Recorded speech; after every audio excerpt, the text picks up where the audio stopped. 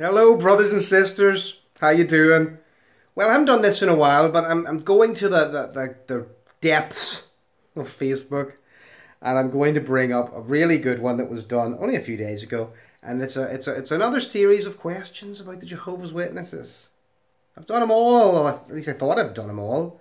Worst elder, worst pioneer, worst future advice. This was a great one though, okay? And this is, what was the worst encouragement you ever received? I'm trying to think, did I ever receive much encouragement? It was usually the usual stuff, you know. Pray, study, get out in the service, Neil. You need to go out more. It's difficult. I'm struggling to do this video today because I got my teeth fixed. I got them all built up. So I kind of lisp a little bit, but I'm a grinder. So it's what I started doing. I started grinding my teeth when I was leaving the Jehovah's Witnesses, and now by the time I'm 42, they're like little stumps and gross. So I got them all fixed. Well, a lot of the front ones. There's more to do. Anyway, so where were we? I digressed. The worst encouragement you ever received. I was told to stop doubting and just go to the meetings anyway. Like that's supposed to magically solve the problem. Oh, Seamus says, I was told that prayers, concentration and cold showers were the cure to beating masturbation. That's right. That's what I did. Never ever was a problem again. Never was a problem again. Okay, moving on. Right. While struggling with whether or not I felt that this was the truth, I was told to make sure you go to all your meetings, go in service and spend your free time devoting yourself to study. I had a newborn. When exactly was I supposed to sleep? Also, I did some soul searching and figured out it's not what I wanted. Well, that's the problem with Jehovah's Witnesses nowadays. It worked in the old days. I made a video recently where, you know, we were talking about somebody's comment who'd said that, you know, back in the old days, even though it was wrong, at least there was some intellectual expression, you know, in the beliefs of Jehovah's Witnesses, you know, from the leadership. They actually had thoughts and opinions. But now, well, what are you studying, you know? And it's worse. You're not just studying the nonsense they create now. You're studying, if you're not very silly, you're studying the facts. You know, the false religion facts about the Jehovah's Witnesses, and that proves to be a very, very easy way to leave the witnesses. So you really probably shouldn't tell people to study. Now, when my son was pioneering, he confided in me that when he was depressed, the elders told him give him an article on wearing a spiritual suit of armour. I've actually seen this suit of armour. You've got your big, hang on, I saw this on a thing here. I've lost it. Your big shield of faith, didn't you? Then you have your sword of, I don't know, it's a lot of nonsense. I'm going to take you off actually for a second because I want to show you something. And I think this just goes to show you though the Jehovah's Witness mentality. It's a little diversion, but bear with me, okay? And you can see this. This is on a Jehovah's Witness Facebook page, right? And they're saying here, look, all people matter in the eyes of Jehovah on the Jehovah's Happy People Facebook group. She's in a box! The woman's in a box, people! She doesn't need literature! Get her a house! Seriously! I mean, that's Jehovah's work. I'm in a box, Jehovah, but I'd really like a magazine. Because I can tear it up real small and stuff the papers down my coat to keep me warm. Madness. Now, where was I? I digressed again. I'm a terrible one for digressing. Now, oh yes, the spiritual suit of armour. I was told that if I'm feeling lustful, I was just to get married. And I should consider marrying a very strange man in the Kingdom Hall. When I said I didn't like him, they said, doesn't really matter. Because you can grow to love your husband eventually. Well, I'm glad. Right, my wife took me up on that. She loves me now. But the actual notion that, oh my God, I feel, because that actually was really getting in to things as I was leaving the witnesses. It was getting into this whole, it doesn't matter if you love them. Just pick someone who believes. Doesn't matter. Just get that person. And I've said this before, but it was a girl in my hall, and I didn't fancy her. She was a little bit younger than me. She was a nice, wee, quiet girl. I think went on to become an accountant, or at least work in an accountant's office. And the last time I saw her, well, I stood outside a funeral for a deceased witness, and she came rocking in with her husband. And bear in mind, she was young. I mean, she's probably 21, 22 max. And she came walking into the Kingdom Hall, you know, and her husband had a fucking stroller. He was that old. And you're just Really? That was the point? Well done. I'm glad you picked someone you loved. That was... Poor girl. You know, anyway. When my son was pioneering, he was given a spiritual suit of armor. Moving on. When I told an elder that I did not feel any personal connection with Jehovah, he told me that I give really great comments at the meetings, so keep it up and I'll be fine. I don't know. I'm going to be honest here. Honest. I always felt, when I was particularly religious, I always felt more of a relationship with the Old Testament God. Maybe it's because I'm an asshole, than I did with Jesus.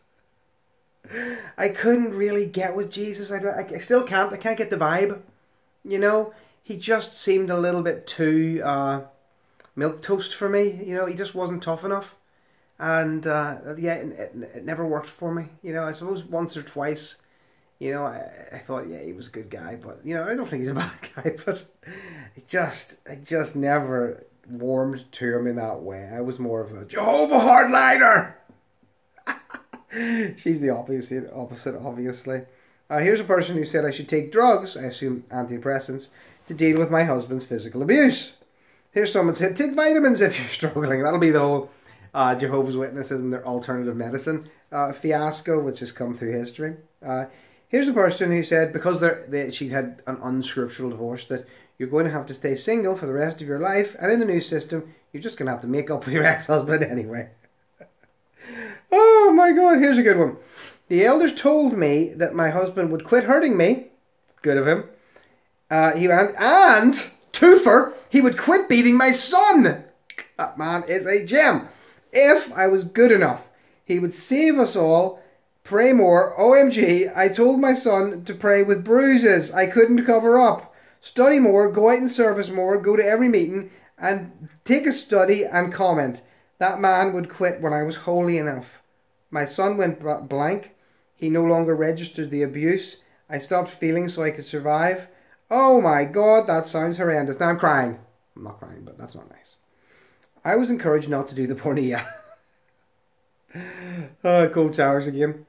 I was told I wasn't woman enough, and that's why my husband of 20 years was sleeping with my beautiful sister. Their words. They also said, how could you blame him? And that I wasn't supported enough. And my sister was doing my duty for you. Doing your duty for you. Gee, thank you, sis. Oh my God. Here's a lovely one. Because Jehovah's Witnesses, I was encouraged. They're so good. They treat women with such respect. I was encouraged to go back to my abusive ex-husband as he hadn't done anything wrong. He was arrested by the police, so no. Okay. I found out my husband had committed adultery. They said, why don't you go find some sisters to talk to about it? Oh dear. I told him no, that's what divorce lawyers are for. On my last shepherding call, my mom, who is sick with cancer, and so is an uncle who lives over an hour away. He lives with his mentally ill son and wife, and she has to care 24/7 for both of them. Her son can't even toilet himself. I was told I needed to be at meetings more and in service. Get out there. I even told them I have a sick family that needs me. They said I should help my mom who lives near me, but that my aunt and uncle need to find other help. My God. Anyway, they asked me if there was anything they could do to help. I said, yes, there are 2 kingdom halls with 5 congregations between them. There are 2 kingdom halls with 5 congregations between them near my aunt. Can someone else watch my cousin watch TV for about 2 hours once a week while my aunt takes my uncle to chemo?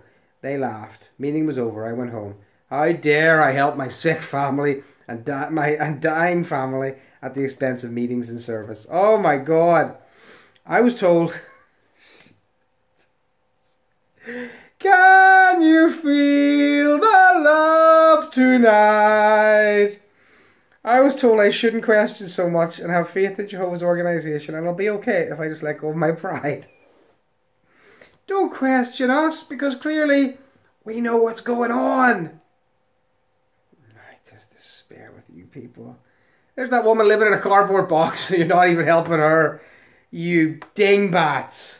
I was told to pray. Oh, we were all told, pray. The way you mess around with my heart. Oh my God. When my uncle was dying with cancer, another one, in New York City, and my mom was there saying her goodbyes, an elder's wife decided to text me and counsel me on how I should be an example to my family.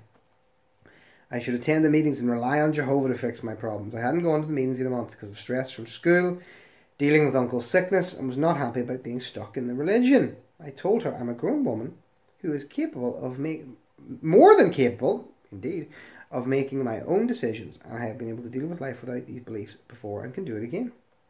And I also recommended in staying out of the business that isn't hers.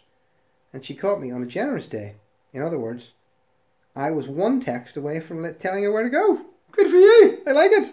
These just go on and on. Oh my God. Here's one who says, when my dad passed away from cancer, the presiding overseer, because he wasn't a Jehovah's Witness, passed away and said, well, at least he died before Armageddon. Now there's a chance of resurrection for him. Oh, you see, because that's what passes for Jehovah's Witness love. You know, thankfully your dad died sooner rather than later, because now there's a chance he might get to be a janitor in the new system. But hey, you can have a pet tiger. Guys, thank you very much. If you're watching this, by the way, I urge you to go to, what's her name? I've forgotten her name. What's a Watchtower? And have a look at the You Can Have a Pet Tiger video. It is the funniest thing ever. I keep going back to it. Guys, have a lovely day. Take care.